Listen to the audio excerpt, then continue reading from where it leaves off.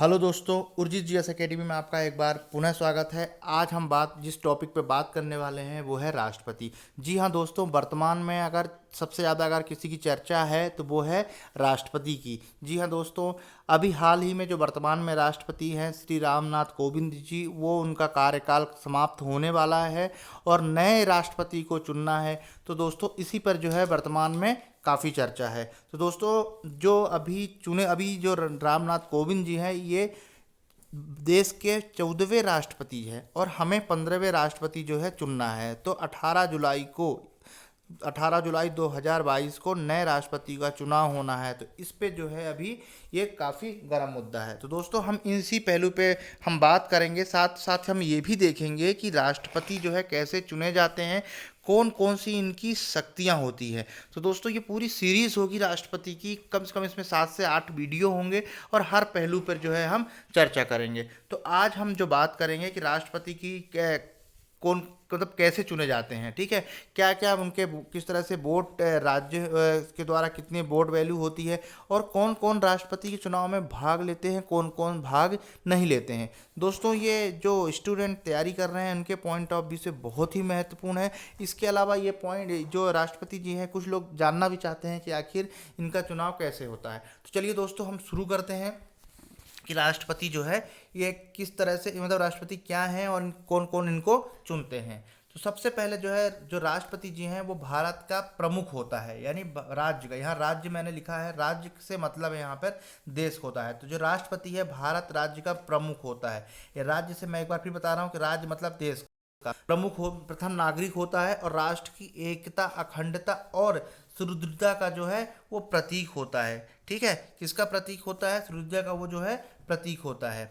इसके बाद जो है ध्यान रखिएगा, अगर ये प्रश्न भी पूछा जाता है कि मैं ये वीडियो में जो आपको बताने के साथ साथ जो है राष्ट्रपति के बारे में मैं आपको ये भी बताता चलूँगा कि प्रश्न कैसे पूछे जाते हैं और कौन कौन से प्रश्न पूछे गए हैं और वर्तमान में कौन कौन से प्रश्न पूछे जाने की संभावना है, जिससे कि जब आप इसको पढ़ें देखें तो आपके दिमाग में एक चीज़ रहे कि आखिर यहाँ से प्रश्न निकलते हैं। जब आप प्रीवियस ईयर के पेपर देखेंगे तो आप पाएंगे कि जो मैं यहाँ से बता रहा हूँ कि ये प्रश्न आए हुए हैं और एग्जैक्ट यहाँ से प्रश्न आते भी हैं। तो दोस्तों मैंने कहा कि भारत राष्ट्रपति जो होता है भारत का देश का प्रमुख, राज्य प्रमुख होता है। ठीक है, प्रथम नागरिक होता है जो कि राष्ट्र की यानी देश की एकता, अखंडता और सुदृढ़ता का प्रतीक है। ठीक है, अब इसका चुनाव कैसे होता है, यानी अभी जो हाल ही में जो राष्ट्रपति चुने जाएंगे, अभी 14वें राष्ट्रपति जी जो अभी वर्तमान कार्यकाल है उनका, और 15वें का होना है और 18 जुलाई 2022 को जो है चुनाव होगा और 25 को जो है वो शपथ लेंगे। ठीक है,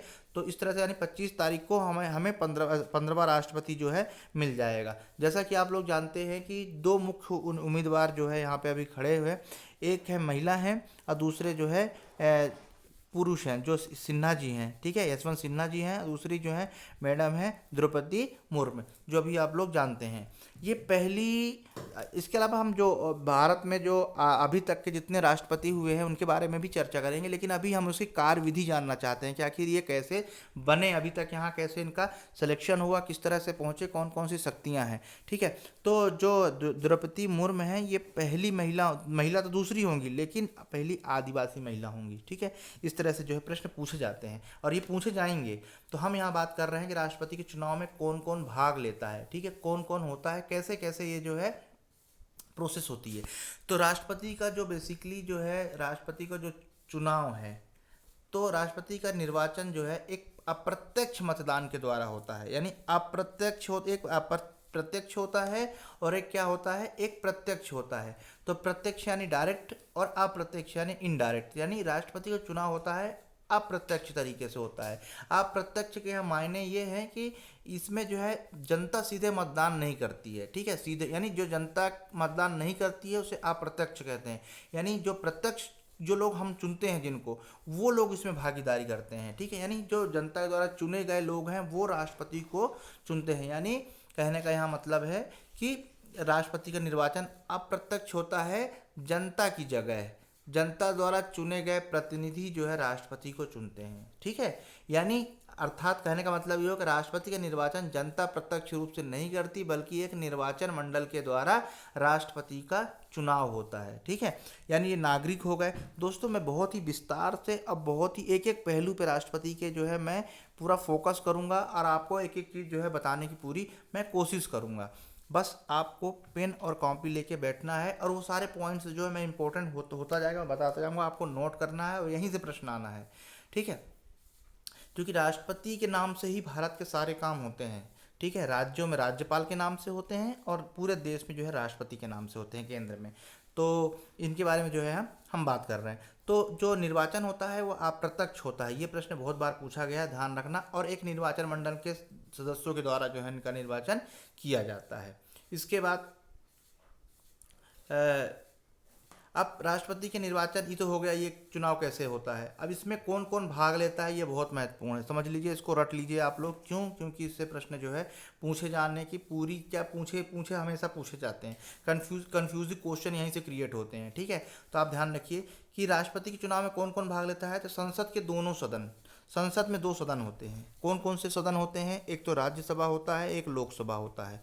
लोकसभा को निम्न सदन भी कहा जाता है और राज्यसभा को उच्च सदन कहा जाता है। ये ध्यान रखिए, प्रश्न दोनों से पूछा जाता है, लोअर हाउस और अपर हाउस, यानी राज्यसभा उच्च सदन, लोकसभा निम्न सदन। तो संसद के दोनों सदनों के निर्वाचित सदस्य, इन दोनों का मतलब हो रहा है लोकसभा और राज्यसभा, इनके निर्वाचित सदस्य। ध्यान रखना, मैं बार बार इसलिए जोर दे रहा हूँ निर्वाचित सदस्य पे, क्योंकि यहीं से प्रश्न पूछा जाता है। ये अनिर्वाचित सदस्य, जब ऑप्शन आएगा तो आपको अनिर्वाचित सदस्य आएगा। तो ध्यान रखिए कि संसद के दोनों सदनों के निर्वाचित सदस्य, यानी लोकसभा राज्यसभा के निर्वाचित सदस्य। इसके बाद राज्य विधानसभा के निर्वाचित सदस्य। राज्य विधानसभा का मतलब होता है जो राज्यों में विधानसभाएं हैं उनके निर्वाचित सदस्य। केंद्र शासित प्रदेश दिल्ली और पौंडीचेरी के निर्वाचित सदस्य जो है, जिनकी अपनी विधानसभाएं हैं, ये इसमें भाग लेते हैं। ठीक है, ध्यान रखिएगा। ठीक है, एक बार मैं आपको फिर बता रहा हूँ कि संसद के दोनों सदनों के निर्वाचित सदस्य, राज्य विधानसभाओं के निर्वाचित सदस्य, साथ ही जो केंद्र शासित प्रदेश हैं जिनकी अपनी विधानसभा है, यानी पौंडीचेरी पुदुचेरी हो गई और दिल्ली हो गई, ये दो जगहों के क्या है अपनी खुद की विधानसभाएं हैं, इनके सदस्य, इनके निर्वाचित सदस्य, कैसे इनके निर्वाचित सदस्य जो है भाग लेते हैं। ठीक है, अब हम देख लेते, बहुत महत्वपूर्ण है ये टॉपिक, और खासकर ये कौन कौन भाग लेते हैं ये बहुत ही महत्वपूर्ण है। अब इसमें देख लेते हैं कौन कौन भाग नहीं लेते हैं। ठीक है, ये भी महत्वपूर्ण है, क्योंकि अगर आपको पता चल जाएगा कौन भाग नहीं लेते हैं तो आप कर पाएंगे कि कौन कौन भाग लेते हैं। ठीक है, तो हम बात कर रहे हैं, इसलिए मैंने इसको अलग से नोट बना के लिखा है कि राष्ट्रपति के निर्वाचन में कौन भाग नहीं लेते हैं। तो दोस्तों संसद के दोनों सदनों के मनोनीत सदस्य, यानी जो लोकसभा हो गए, जो राज्यसभा हो गए। राज्यसभा में 12 सदस्यों को राष्ट्रपति मनोनीत करता है और लोकसभा में 2 सदस्यों को मनोनीत करता है। इनके सदस्य भाग नहीं लेंगे। ठीक है, अभी इसलिए मैंने यहाँ पे ये आपको ये सर्कल बना रहा हूँ यहाँ पे, यानी ये भाग नहीं लेते हैं, ध्यान रखो। ठीक है, ये क्या करते हैं? भाग नहीं लेते हैं। कौन भाग नहीं लेता है? निर्वाचित सदस्य, दोनों सदनों के निर्वाचित सदस्य इसमें भाग नहीं लेते हैं। इसके अलावा और कौन भाग नहीं लेता है? तो जब कोई सभा, ठीक है, विघटित हो गई हो, मान लीजिए हम थोड़ी देर के मान लेते हैं विधानसभा जब विघटित हो गई है, तो उसके सदस्य भी राज्यसभा के निर्वाचन में मतदान नहीं करेंगे। ठीक है, क्यों? क्योंकि अभी वो निर्वाचित नहीं हुए हैं, विघटित हो गई, अब नया चुनाव होगा, निर्वाचित होंगे तब लेंगे। तो इसको ध्यान रखिएगा। इसके अलावा राज्य विधानसभाओं के मनोनीत सदस्य, यानी जो एक सदस्य को राज्यपाल मनोनीत करता है, जैसे हम मध्य प्रदेश की हम बात करें तो मध्य प्रदेश में तो कितनी सीटें हैं? 230 सीटें हैं। अब 230 प्लस 1 यानी जो राज्यपाल महोदय द्वारा एक व्यक्ति को मनोनीत किया जाता है, तो जो एक व्यक्ति मनोनीत है वो इसमें भाग नहीं लेगा, ध्यान रखिए। ठीक है, नेक्स्ट है राज्य विधान परिषदों के सदस्य, निर्वाचित और मनोनीत जिन राज्यों में है, यानी जिन राज्यों में विधान परिषद है उनके सदस्य इसमें भाग नहीं लेंगे, चाहे निर्वाचित हों चाहे बिना निर्वाचित हों। ठीक है, दिल्ली और पुडुचेरी विधानसभा के मनोनीत सदस्य राष्ट्रपति के निर्वाचन में भाग नहीं लेंगे, ध्यान रख लीजिए। ये पूरा अच्छी तरह से रख लीजिए, यहीं से प्रश्न आता है अच्छी तरह से, एक कुछ ना कुछ प्रश्न की को टेढ़े मेढ़े उसमें बना के यहीं से प्रश्न जो है आपसे पूछा जाएगा। तो भाग कौन लेता है और कौन नहीं लेता है ये आपको पता होना चाहिए। चलिए हम आगे देखते हैं। अब राज्य विधानसभाओं तथा संसद के प्रत्येक सदस्य के मतों की संख्या कैसे निर्धारित होती है। ठीक है, यानी अभी तक हमने पढ़ लिया कि ये राज्य राज्य जो है राष्ट्रपति जी हैं, उनके चुनाव कैसे होता है, कौन सी प्रणाली अपनाई जाती है। इसके बाद फिर हमने बात की कि इसमें चुनाव में कौन कौन भाग लेता है, कौन कौन भाग नहीं लेता है। ठीक है, अब मान लीजिए कि जो भाग लेने वाले ठीक है हो गए, अब उनके मतों का मूल्य कैसे डिसाइड होगा भाई।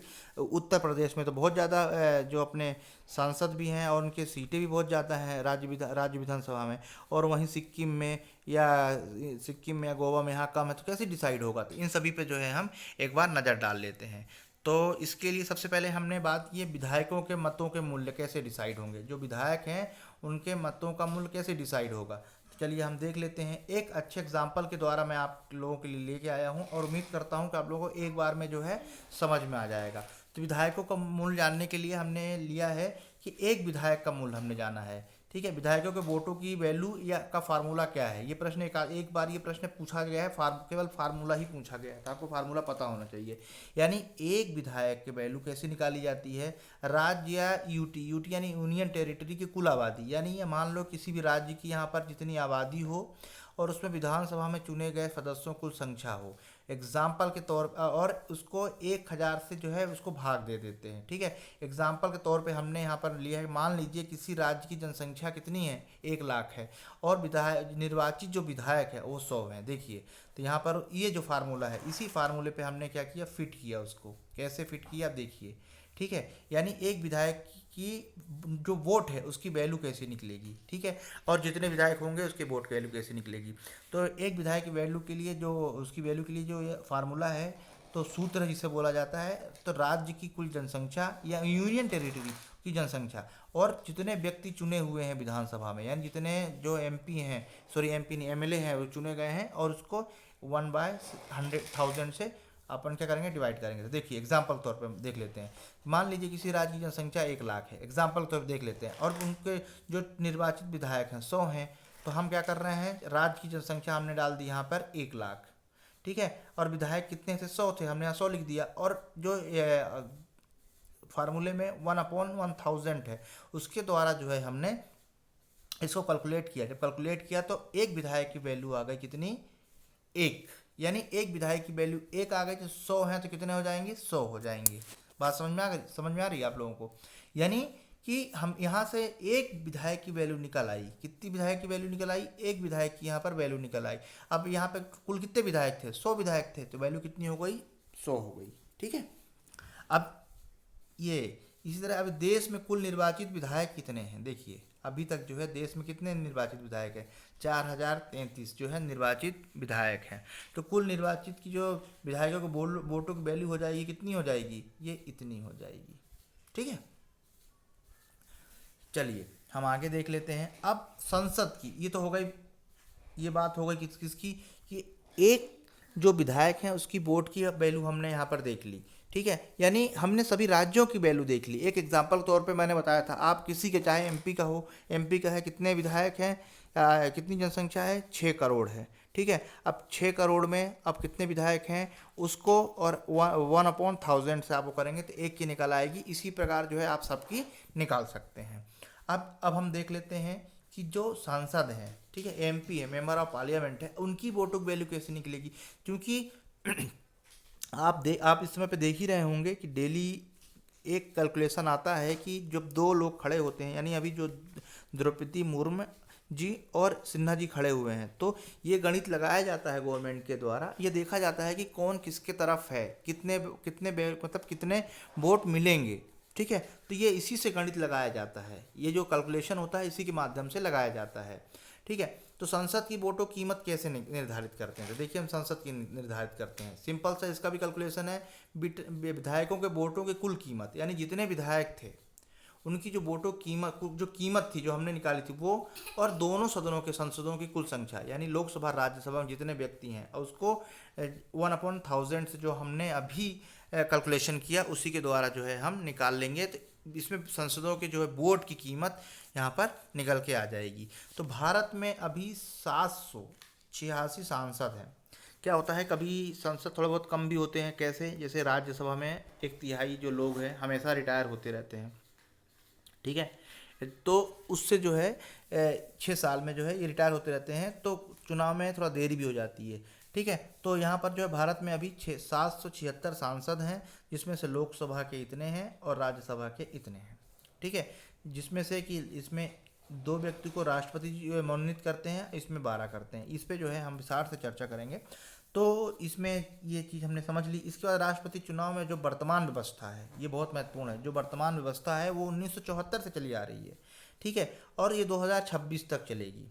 कब तक चलेगी? 2026 तक। ठीक है, अभी इसमें कोई परिवर्तन नहीं हुआ है, क्योंकि हर बार अमेंडमेंट कर कर करके उसको बढ़ाते जाते थे कि तारीख बढ़ती जाएगी, तो अब 2026 तक जो है ये कर दिया गया है। तो जो राष्ट्रपति चुनाव की जो वर्तमान व्यवस्था है, प्रक्रिया अपनाई जा रही है, 1974 वाली अपनाई जा रही है, अभी नई नहीं। अब 2026 तक जो है ये यही रहेगी। इसके बाद जो है 1900, और ये क्या होता है कि 1971 जनसंख्या के आधार माना गया है। जो ये सब जो व्यवस्था बनाई गई है, तो उसका आधार क्या है? ठीक है, 1971 में जो जनसंख्या थी, जो सेंसस हुआ था, जनगणना हुई थी, उसी के आधार पर जो है ये अभी उसको ही आदेश माना गया है। अब संसद के वोट का मूल्य निश्चित है, मगर वोटों के कुल मूल्य अलग अलग राज्यों पर जनसंख्या पर निर्भर करता है। ये प्रश्न एक बार पूछा गया है कि जो सांसद होते हैं, विधायक होते हैं, तो ठीक है, जो विधायक होते हैं, संसद के वोट तो निश्चित हैं कितने ही मिलना है, लेकिन विधायक जो है उनके अलग अलग वोटों की कीमत अलग अलग होती है। वो कैसे होता है? वो जनसंख्या पे डिपेंड करती है। जैसे कि सबसे ज़्यादा विधायक की वोटों की संख्या सबसे ज़्यादा मूल्य जो है किसकी होती है? उत्तर प्रदेश की होती है। क्यों? क्योंकि वहाँ जनसंख्या ज़्यादा है। और सबसे कम किसकी होती है? सबसे कम होती है सिक्किम की है। तो मैं यहाँ बात कर रहा था कि संसदों के वोट तो मूल्य निश्चित है, मगर विधायकों के वोट जो है अलग अलग राज्यों की जनसंख्या पर निर्भर करती है। यानी क्यों निर्भर क्यों करती है? क्योंकि अलग अलग राज्यों की अलग अलग जनसंख्या है। इसके बाद जैसे देश में सबसे अधिक जनसंख्या वाले, एग्जाम्पल के तौर पे हमने यहाँ दिया है कि जैसे जनसंख्या के तौर पे देखा जाए तो यूपी जनसंख्या में एक विधायक की वोट की वैल्यू 208 है। तो और सबसे कम किसकी है? सिक्किम की है। दोस्तों ये प्रश्न पूछा जा सकता है कि वोटों की जो वैल्यू है विधायकों की सबसे ज़्यादा कहाँ है? तो यूपी में है। कितनी? 208। और सिक्किम में सबसे कम है कितनी? मात्र 7। ठीक है, पॉपुलेशन कम है। तो अब प्रत्येक संसद की वोट वैल्यू कितनी है? 708 है, फिक्स है, 708 है। लेकिन इस बार थोड़ा सा उतार चढ़ाव हुआ है। उतार चढ़ाव क्या हुआ है कि इस बार जो राष्ट्रपति का चुनाव होगा 2022 में हर संसद एमपी का वोट जो है 708 से घट के 700 रह जाएगा। क्यों रह जाएगा? इसकी मेन वजह जम्मू एंड कश्मीर से विधानसभा का नहीं होना है। ठीक है, जम्मू कश्मीर में आप जानते थे वहाँ खुद की विधानसभा थी, वो राज्य था, अब यूनियन टेरिटरी बन गई है, तो वहाँ पे हटा दिया गया है। ठीक है, तो इस बार जो है उनकी जो वोट वैल्यू हो जाएगी संसदों की, तो 708 से घट कर 700 हो जाएगी। रीज़न जम्मू एंड कश्मीर का है। यानी राष्ट्रपति चुनाव में एक संसद के मत का मूल्य दिल्ली, पुडुचेरी, जम्मू कश्मीर समेत पूरे राज्यों और केंद्र शासित प्रदेशों की विधानसभाओं के लिए निर्वाचित मेंबर की संख्या पर आधारित होती है। ध्यान रखिएगा। ठीक है, ये जो लाइन लास्ट की है कि इनसे द्वारा जो है जनसंख्या जो है संख्या निर्धारित होती है। ठीक है, अब हम आगे देखते हैं कि जम्मू एंड कश्मीर में अब तक विधानसभा चुनाव नहीं हुए हैं। ऐसे में जम्मू कश्मीर में विधायकों का वोट मूल्य निर्धारित नहीं होगा और संसदों की जो वोट वैल्यू है जो है कम हो जाएगी। तो जब अभी तक 708 थी, अब वो लगभग 700 के करीब हो जाएगी। रीज़न क्या है कि जम्मू कश्मीर में जो विधानसभा थी, अब वो विधानसभा नहीं है। अब जब नहीं है तो वहाँ के जो सांसद होंगे तो वोट वैल्यू वहाँ से कम हो जाएगी। ठीक है, चलिए अब हम यहाँ पे एक नोट और देखते हैं, बहुत ही महत्वपूर्ण है कि राष्ट्रपति जो है, राष्ट्रपति के चुनाव में सभी जो मान लीजिए ऐसे कोई विवाद होता है, एक बार विवाद हो चुका है। अगर आप देखेंगे जब प्रतिभा सिंह पाटिल जी जब उसमें थी, राष्ट्रपति जब चुनाव हो रहा था, तो उसमें थोड़ा विवाद भी हुआ था। तो वो विवाद कहाँ गया था? ये प्रश्न है कम से कम मेरी नज़रों में तो कम से कम 20 बार पूछा जा चुका है। ठीक है, मैं जानता हूँ। तो ये प्रश्न बहुत महत्वपूर्ण है कि राष्ट्रपति के चुनाव संबंधित जो विवाद होते हैं वो कहाँ होते हैं, कहाँ मतलब जांच, मतलब उसकी जांच कहाँ होती है, फैसला कहाँ होता है? तो सुप्रीम कोर्ट करता है, ना कि चुनाव आयोग करता है। ये बहुत बड़ी जो है क्वेश्चन अक्सर जो है गलत करके आते हैं। लोगों को लगता है कि चुनाव आयोग द्वारा चुनाव करवाया गया है तो चुनाव आयोग करेगा। नहीं, कहाँ जाएगा? सर्वोच्च न्यायालय में जाएगा। तो राष्ट्रपति चुनाव से संबंधित सभी विवादों की जांच एवं फैसले उच्चतम न्यायालय में होता है और उसका फैसला अंतिम है। उसमें फिर कोई किसी प्रकार का मतलब उसमें किसी भी प्रकार का कि ये गलत है फैसला, मतलब अमान्य नहीं होगा, उसको माना ही जाएगा, उसका फैसला अंतिम होगा। यदि उच्चतम न्यायालय द्वारा किसी व्यक्ति के राष्ट्रपति के रूप में नियुक्ति को अवैध घोषित किया है तो उच्चतम न्यायालय की घोषणा से पूर्व यानी मान लीजिए कोई व्यक्ति है, इसका मतलब हुआ इस पॉइंट का मतलब ये हुआ कि मान लीजिए कोई व्यक्ति है जो राष्ट्रपति बन गया, ठीक है। अब राष्ट्रपति बन गया, उसने कुछ मतलब 2-4 महीने तक उन्होंने राष्ट्रपति के तौर पर काम कर लिया, पर उसका क्योंकि विवाद था, सुप्रीम कोर्ट में मामला चल रहा था। अब इसके बाद फिर क्या हुआ कि मामला सुलझ गया और वो राष्ट्रपति अवैध करार दिए गए। तो उस दौरान जो 4-5 महीने थे उन्होंने काम किए हैं, उसको अवैध घोषित नहीं होगा। ठीक है, ठीक है, वो अवैध घोषित नहीं होगा। तो यहाँ लिखा हुआ है कि यदि उच्चतम न्यायालय द्वारा किसी व्यक्ति की राष्ट्रपति के रूप में नियुक्ति को अवैध घोषित किया जाता है तो उच्चतम न्यायालय की घोषणा से पूर्व उसके द्वारा किए गए कार्य अब अवैध नहीं माने जाएंगे तथा वह पहले जैसे ही प्रभावी होंगे। ठीक है, तो ये दोनों पॉइंट बहुत महत्वपूर्ण थे। इसके अलावा जो हमने बात की कि वोट वैल्यू कैसे निकाली जाती है, अभी वर्तमान में इसकी वोट वैल्यू 708 है सांसदों की, तो कम क्यों होगी, इसके पीछे रीज़न भी हमने आपको बताया। सबसे ज़्यादा किस राज्य की वोट वैल्यू है, ये विधायकों की वैल्यू है, ये भी हमने जाना। सबसे कम किसकी है, ये भी हमने जाना।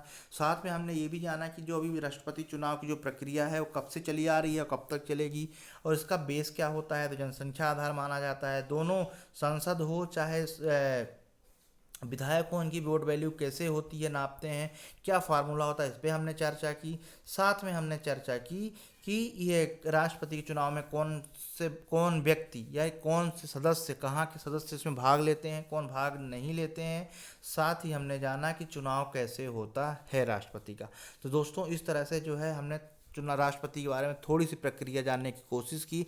जो अभी राष्ट्रपति जो चुने जाएंगे, यानी जो अभी राष्ट्रपति जो 15वें राष्ट्रपति जो चुने जाएंगे, तो इनकी यही प्रक्रिया अपनाई जाएगी। ठीक है, जो प्रक्रिया अभी आपने देखी, ये प्रक्रिया जो है इन्हीं के साथ यही प्रक्रिया अपनाई जाएगी। तो ये वही सदस्य भाग लेंगे जो अभी हमने इन सब पे चर्चा की है, सदस्य में भाग लेंगे और इनकी जो है वोट वैल्यू ऐसी ही निकाली जाएगी। दोस्तों इसमें एक चीज़ और होता है कि जैसे मान लीजिए कि राष्ट्रपति जब चुनाव होने लगता है तो मान लीजिए कि चुनाव टाई हो जाता है ना। कभी कभी ऐसा होता है कि चुनाव टाई हो जाता है तो क्या होता है, इसमें डबल वोटिंग फेस होता है। यानी जैसे मान लीजिए 1 2 3 4 लोग इसमें मेंबर हैं, तो पहले दूसरे में क्या टाई हुआ, तो जो सबसे कम वोट पाता है सब में डिस्ट्रीब्यूट कर दिया जाता है। तो इस तरह से जो है प्रोसेस में भी अपनाई जाती है। ये बहुत ही रेयर भी देखने को मिलता है। अमूमन क्या होता है कि जो सत्ता पक्ष रहता है, जिसकी सत्ता रहती है, उसी का जो है राष्ट्रपति बनता है। तो दोस्तों इस तरह से जो है राष्ट्रपति का हमने एक बहुत ही छोटा सा पार्ट और बहुत ही महत्वपूर्ण पार्ट जाना। शुरुआत हुई, पहला वीडियो था। इसके बाद हम राष्ट्रपति की योग्यता हम अगले वीडियो में देखेंगे और शर्तें देखेंगे कि आखिर उन्हें कौन कौन सी शर्तें हैं और उनके लिए किसी राष्ट्रपति को अगर राष्ट्रपति चुनाव लड़ना है तो उसकी क्या योग्यता होती है। ठीक है, इन सभी चीज़ों पे जो है हम अगले वीडियो में हम आपसे बात करेंगे काफ़ी, और इसी तरह से जो है चर्चा करेंगे। तो दोस्तों पढ़ते रहिए, ज़रूर देखिए, और आपको किसी चीज़ का अगर किसी भी प्रकार का कोई डाउट होता है तो आप मुझे कमेंट्स बॉक्स में ज़रूर बताइए। साथ ही साथ आप अपना नोट्स बनाते चलें। नमस्कार।